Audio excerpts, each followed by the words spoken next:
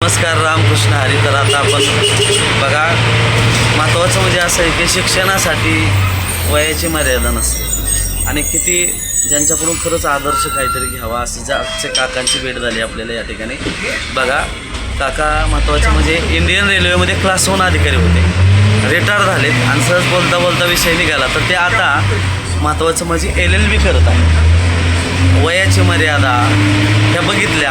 आत्ताच्या मुलांमध्ये एक जॉब करायचा जीवावर येतो आणि क्लास 1 अधिकारी इंडियन रेल्वेमध्ये असतानाही आज ह्या वयामध्ये रिटायर होऊन परत पुन्हा जोशाने आज LLB करत आहात.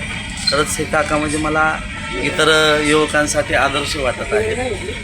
फक्त एकच त्यांच्या हातून त्यांच्या मुखातून 1-2 शब्द ऐकूया. नमस्कार. नमस्कार मित्र.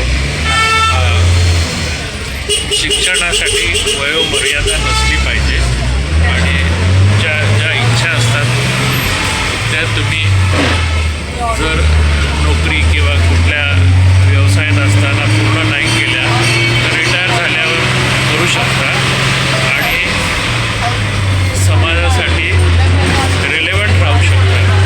असं नाही आहे की तुम्ही आता समाजासाठी उपयोगी नाही आहे. तुम्ही अजूनही किती उपयोगी राहू शकता ते तुम्ही नवीन कला शिक्षण आत्मसात करून समाजाला दाखवू शकता. म्हणजे त्याला वयाचं बंधन नाही, हे खरंच तुमच्याकडून घेण्यासारखं आहे.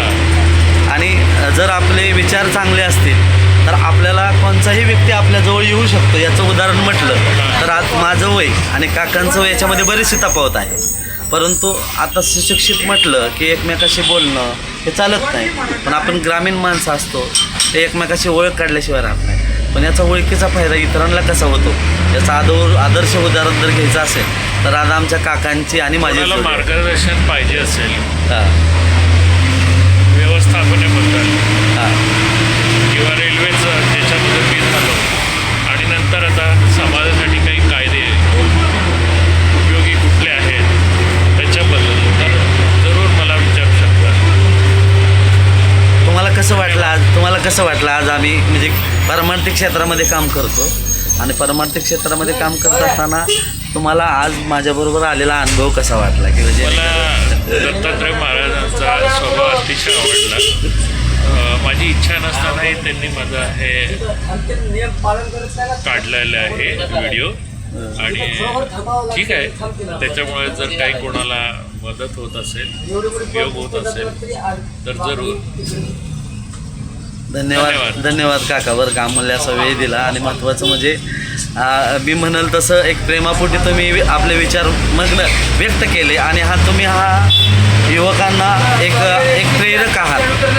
याच्यातून एकच सांगायचं की शिक्षण आणि काही जर विचार घ्यायचा असेल आयुष्यभर माणसाने विद्यार्थीच राहावं आणि जो आयुष्यभर विद्यार्थी राहतो त्याच्या जीवनामध्ये कधीच कसली कमतरता भासत नाही. याच्यातून मी येते. धन्यवाद. रामकृष्ण हरी. रामकृष्ण.